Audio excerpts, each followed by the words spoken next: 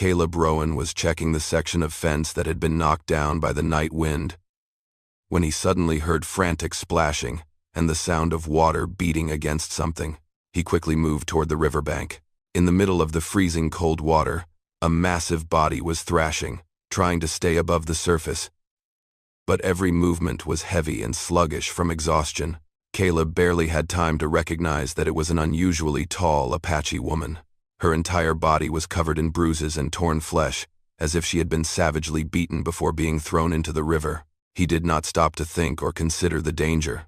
He dove into the icy water, which sliced into his skin like blades. Her body was as heavy as stone, almost dragging him under. Caleb clenched his jaw, struggling to keep her head above the water as he fought upstream.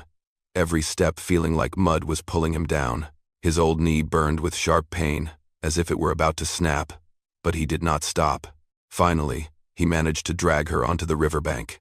Her massive body lay motionless on the damp ground, her breath shallow and broken. Caleb looked at the swollen, purple marks from bindings on her wrists, and a slow, seething anger rose within him. He leaned in close, his voice rough. "What did they do to you?" She did not answer. Her body trembled uncontrollably, her lips turning blue, and then she collapsed in his arms. Caleb carried her body, heavy as a fallen log, into the cabin. Inside, the fireplace held only a few glowing embers. He knelt down and rekindled the fire, then covered her with the thickest blanket he owned. The chill on her skin was still fierce, as if she had just been pulled from the depths of a glacier. Only once the fire burned warm and steady did Caleb begin cleaning her wounds. The marks stretched from her shoulders to her hips, deep purple bruises like the lash of a rawhide whip. Some cuts were so deep, he had to clench his jaw just to look at them. This was no accident. This was attempted murder. She gasped when the warm water touched her wounds, but she did not wake. Caleb moved as gently as he could. When he unwrapped the torn cloth around her wrists, he saw clearly the bloody grooves where rope had been tied far too tight. A long time passed before the giant woman stirred. Her eyelids fluttered, then opened. Her deep black eyes were filled with panic.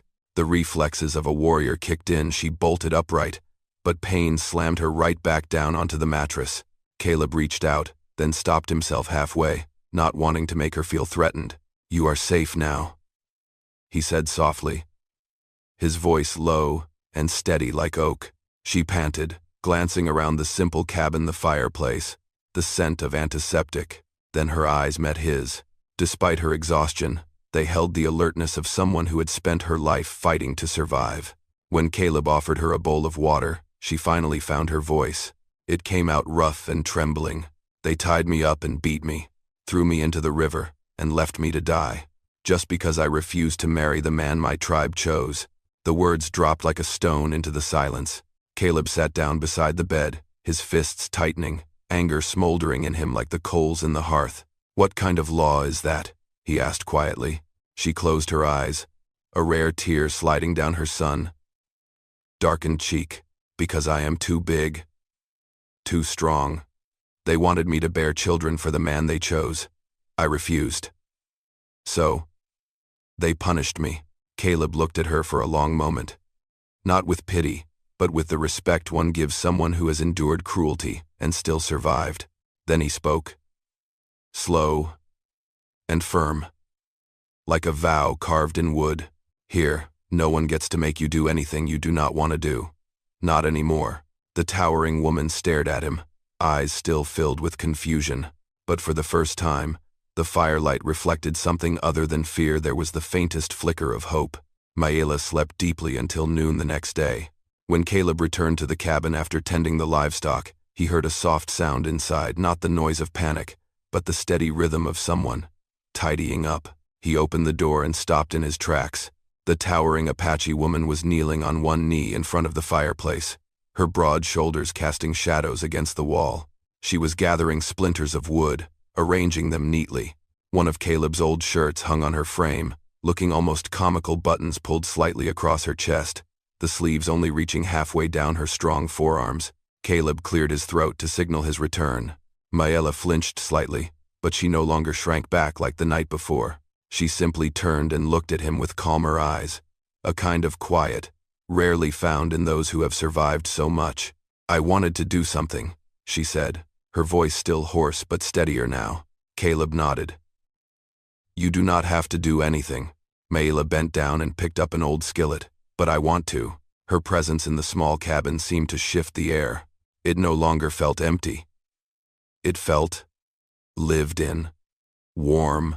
When Caleb stepped into the kitchen, he saw her stirring a simple pot of porridge.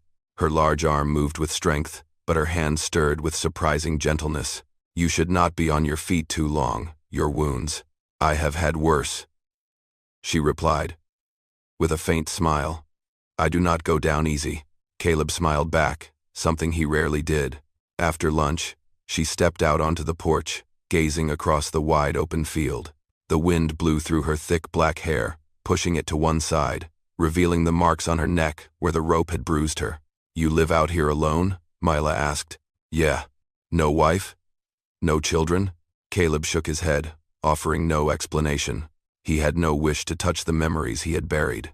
Mayela looked at him for a moment longer, then said, In my tribe, I have no one left to trust. But this place, she touched the wooden doorframe gently. This place is not as frightening as I thought. Caleb stood still, unsure of how to respond. To him, solitude had become a way of life, but for her, even one day of safety might have felt like a miracle. Finally, Mayela took a deep breath and spoke more clearly, with no hesitation. If you do not send me away, I would like to stay. Caleb looked into her deep black eyes, no longer filled with fear, only the resolve of someone who had lost everything and still chose to stand strong. He simply said, Then stay. And in that quiet, natural way, the first change in his life began. That night, the wind howled through the rotting wooden boards of the cabin. Caleb added more wood to the fire, and the flames cast flickering light across his sharp features and the massive shoulders of Mayela. She sat close to the wall, her legs stretched out, taking up nearly half the small room. The silence between them was not awkward. It felt like the quiet shared by two people who had lived in solitude for so long that the presence of another made the emptiness feel a little less hollow. Mayela was mending the torn hem of Caleb's shirt with a needle. Her large, scarred hands moved with care, each stitch steady and precise. Now and then, she glanced up to check the alignment, then returned to her work, her long hair falling to one side and casting a shadow across her broad back. Caleb watched her a few times, not out of curiosity, but because he had never seen someone so strong, yet so gentle. When he got up to close the window that the wind had blown open, Mayela looked after him. His shirt pulled tight across his back with every movement, and in that brief moment, she realized something she had never dared admit to herself. She felt safe. Caleb turned back and saw her watching him. Cold wind. It will drop below freezing tonight, he said. Mayela nodded. I have been made to sleep in the snow before, but it is warmer here. She paused, her fingers tracing the line of the stitching, then added in a voice soft but painfully sincere, It hurts not having a man like you in my life. You are a good man. Caleb hesitated. He was not used to praise, especially not from someone who had known such betrayal. He sat down. Not too close, but close enough to let her know he was listening. I am just doing what needs to be done, he replied. You deserve to be treated better than that. Mayela stared into the fire, her eyes deep as a midnight well. I cannot remember the last time someone told me that. Silence settled again, but this time, it held no distance between them. Near midnight, as the wind grew stronger, Mayela shifted closer to the fire. Caleb handed her a second blanket. She looked up at him, tilting her head slightly, as if trying to understand why he was being so kind. Aren't you afraid of me? I am not like other women. Caleb looked directly into her dark eyes and answered slowly, You are someone who gave me the chance to start over. You do not scare me. At those words, Mayela's broad shoulders sank, as if a burden she had carried for years had been lifted in a single moment. That night, their bodies came together in a storm of heat, not out of desire but because two broken souls had found warmth in each other. I am truly grateful for your presence here. If this story brought back memories of the old days, dusty evenings, the echo of hoofbeats in your chest, consider subscribing to my channel, so every day we can sit here together again, and I will tell you another tale from the West. Time passed in a peace Caleb had never known he craved so deeply. The snow slowly melted from the roof of the cabin, revealing the first warm patches of brown earth at the tail end of winter. Every morning when he woke, he saw Mayela tending the fire, her massive shadow cast against the wooden wall as if it had always been part of the home. Though her wounds still ached, she could walk again, could even help Caleb with some of the heavier chores. He often told her to rest, but Mayela would just smile and say, this body was made to endure, not surrender. But what surprised Caleb most was not her strength, it was the quiet tenderness she carried. Mayela would often add extra wood to the stove before he got home, wash his cups, even though her hands were so large they barely fit through the handles, and sometimes leave a small piece of cornbread waiting on the table. And Caleb, he began to notice things he had never noticed before. The steady, heavy rhythm of her footsteps in the yard, the way she tied her long hair back with a worn strip of leather, the way her deep black eyes looked at him when she thought he was not watching. One evening, as the sun sank red behind the mountains, they stood together on the porch. Mayela gazed out across the endless field, her fingers unconsciously brushing the old rope marks on her wrist. Caleb, she said suddenly, her voice low and steady. If one day they find me. She paused, her breath slowing. Would you hand me back to them? Caleb did not need to think. No, one simple word, but spoken with a certainty that nothing could shake. Mayela turned to look at him, her eyes deep like a dark lake. There was no fear left in them, only astonishment, as if she had never dared to hope someone would say that. Why? She asked softly. Because you are not alone anymore, Caleb replied, his voice deep and true. And neither am I. The last wind of winter blew through, tossing her hair to one side. In that moment, Mayela looked like an ancient warrior statue, strong, proud, but with eyes so soft they could crush your heart. She drew a deep breath, swallowing all the words she could not quite say. Thank you, she said, simply, but Caleb could feel the weight behind those two words. And in those days, both of them slowly realized, loneliness no longer had a place to return to. That afternoon, the wind shifted suddenly. Caleb was tightening the ropes on the livestock pen when he heard the sound of hoofbeats in the distance, fast and heavy. He stood upright, eyes narrowing toward the eastern trail. 7 Apache riders emerged from a cloud of dust, heading straight for his ranch. They wore leather battle gear, their faces painted with red and black lines. None of them looked like they had come to talk peace. Caleb turned back toward the house immediately.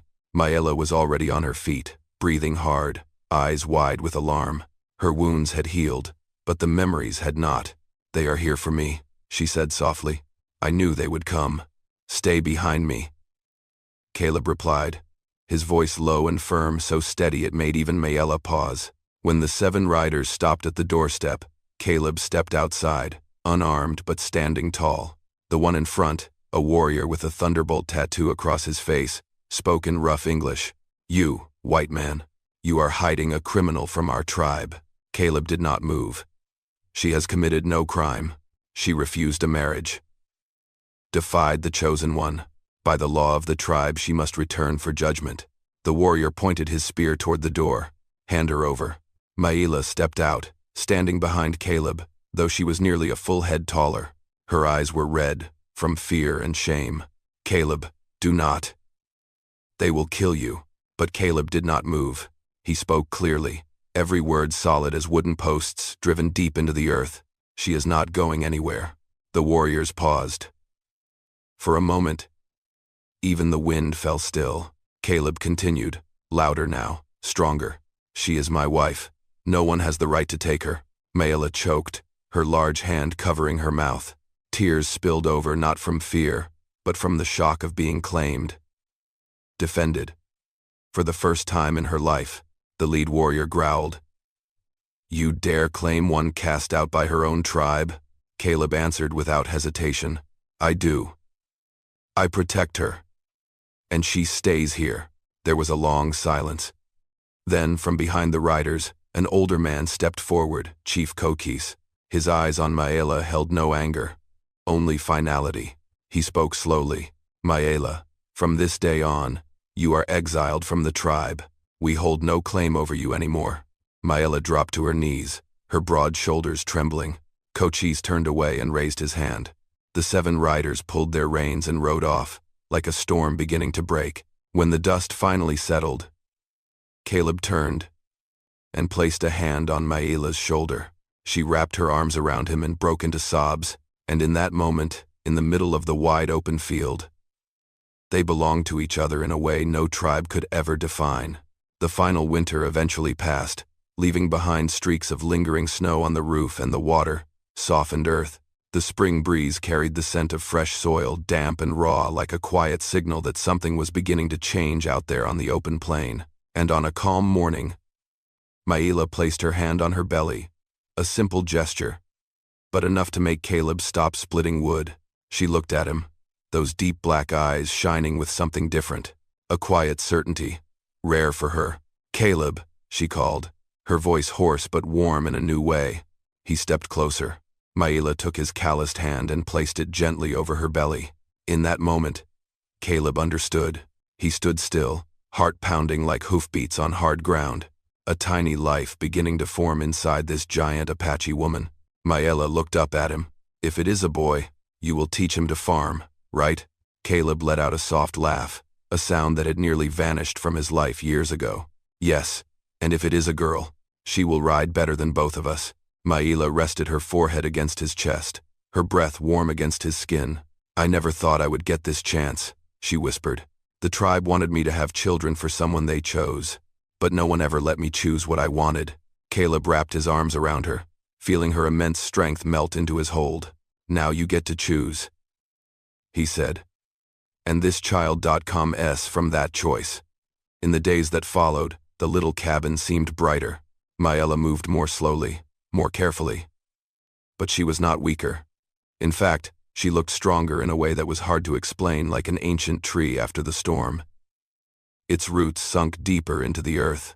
Caleb built her a larger chair, sturdy enough to support the weight of the towering woman now carrying a brand new future. Maila watched him saw wood with a tight-lipped smile full of pride. One evening, as they sat on the porch watching the spring sky fade into a soft purple, Maila placed her hand on her belly once again. "Caleb, this child will not have a tribe except for us." Caleb took her hand in his and gave it a gentle squeeze. "Then we will be its tribe." The spring wind swept by, carrying with it the scent of soil, young grass, and the warmth of a family just beginning to take shape. By late spring, all the snow had melted, revealing deep, colored streaks of earth stretching like old scars across the frontier. But to Caleb's eyes, that land had never looked more alive. Maybe it was because, for the first time in his life, he was no longer walking it alone. Maila sat on the porch, the wind tugging at her thick black hair. Her belly had rounded noticeably, yet she sat as strong and steady as the mountain itself. Even in pregnancy, she remained the towering, powerful woman whose shadow could stretch across half the porch. Caleb stepped outside and draped a light shawl over her shoulders. She smiled brightly. He sat down beside her, his shoulder resting against hers, smaller, but no less present.